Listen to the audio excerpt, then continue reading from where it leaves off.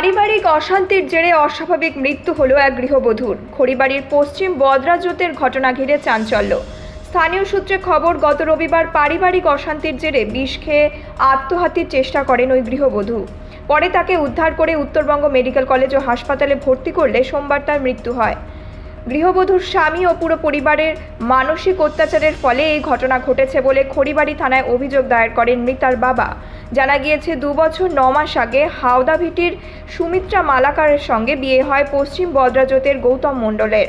বিয়ের পর থেকে শ্বশুরবাড়ির অত্যাচারের অভিযোগ উঠলেও তা মীমাংসা হয়। পুলিশ সূত্রে জানা যায়, গত রবিবার নিজের ঘরে বিষ খেয়ে আত্মঘাতী হন ওই গৃহবধূ। অচৈতন্য অবস্থায় তাকে উদ্ধার করে হাসপাতালে ভর্তি করা হয়। গোটা ঘটনায় পারিবারিক ও মানসিক নির্যাতনের অভিযোগে এই অত্যাচারের মৃত্যু হয় বলে লিখিত অভিযোগ দায়ের করা হয় মৃতার বাবার পক্ষ থেকে। আজ মৃতদেহ ময়নাতদন্তের পর পশ্চিম বদরাজতে এলে কান্নায় ভেঙে পড়েন পরিজনেরা। তবে ঘটনার পর থেকেই পলাতক মৃতের স্বামী।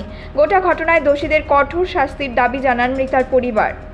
ওই যে মেয়েটা শুক্রবার গেছিলো শাশুড়ি মেয়ে নিয়ে, শুক্রবার গেছে খাওয়া দাওয়া করছে। খাওয়া দাওয়ার পর মেয়েটা বললো আমাদের বাড়িতে থাকবে কাকা, আমি থাকবো।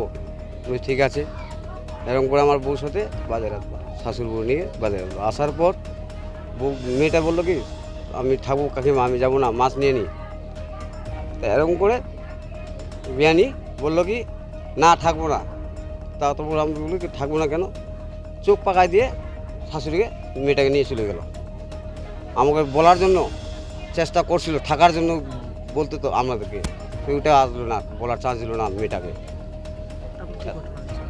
তারপর ঘটনা আমরা আসি দেখতেছি রাত 12টা 11টা সব ফোন করছিল, আমাকে তো ফোন করেনি, ভাইকে ফোন করছে।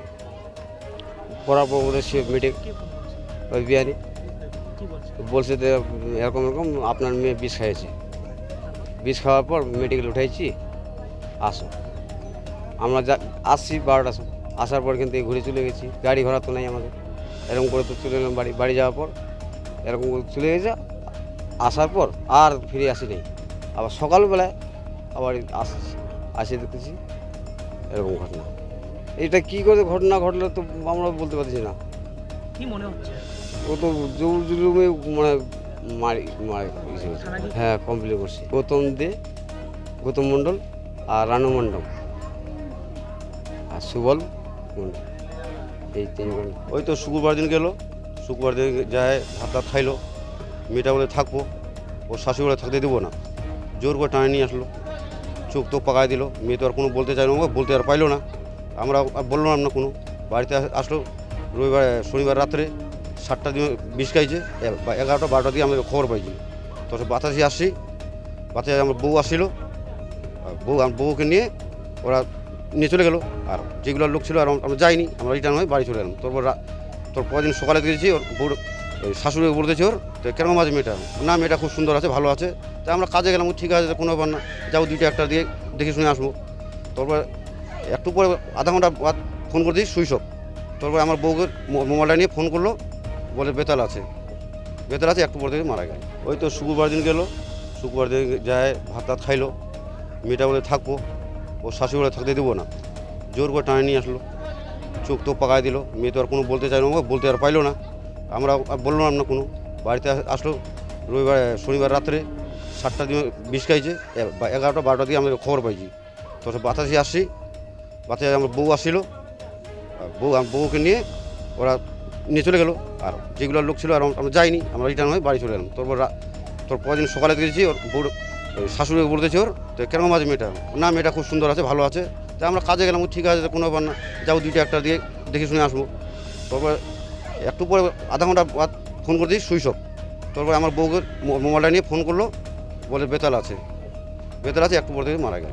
আমার ইচ্ছা হয় বাথরুমে শাখাগুলো ভাঙে ঘোড়ায় আমার গালাটি বাড়িও করছে, ওষুধ ছিল আমার হিসেবে জোর বুঝুন বিষ হয়েছে। ওর ওই ছেলের নামে করছি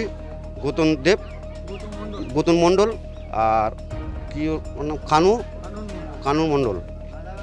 এটা কমপ্লেন করছি, ছেলেকে ফোন লাগাই দিয়েছি, ফোনে সুইচ অফ। ওর মাকে কালকে লাগালাম, সুইচ অফ করে তোর কিছুক্ষণ বাদ ফোন উঠা গেল ওর মা। আমরা বললাম তো কাগজ ফোন নিয়ে আসো, তোমার নামে লেখা আছে, তুমি সাথে হাসটা দিবে না। ঠিক আমি যাই যে আমার ছেলে নাই, খুঁজতেছি। এরকম করে কোনো বললাম, বলতেছি কোথায় আছো, করে মেডিকেল ঢুকি। 1 ঘন্টা থেকে মেয়েগুলো আর যায়নি। খড়িবাড়ি থেকে প্রশান্ত বর্মনের রিপোর্ট, নিউজ মেট্রো।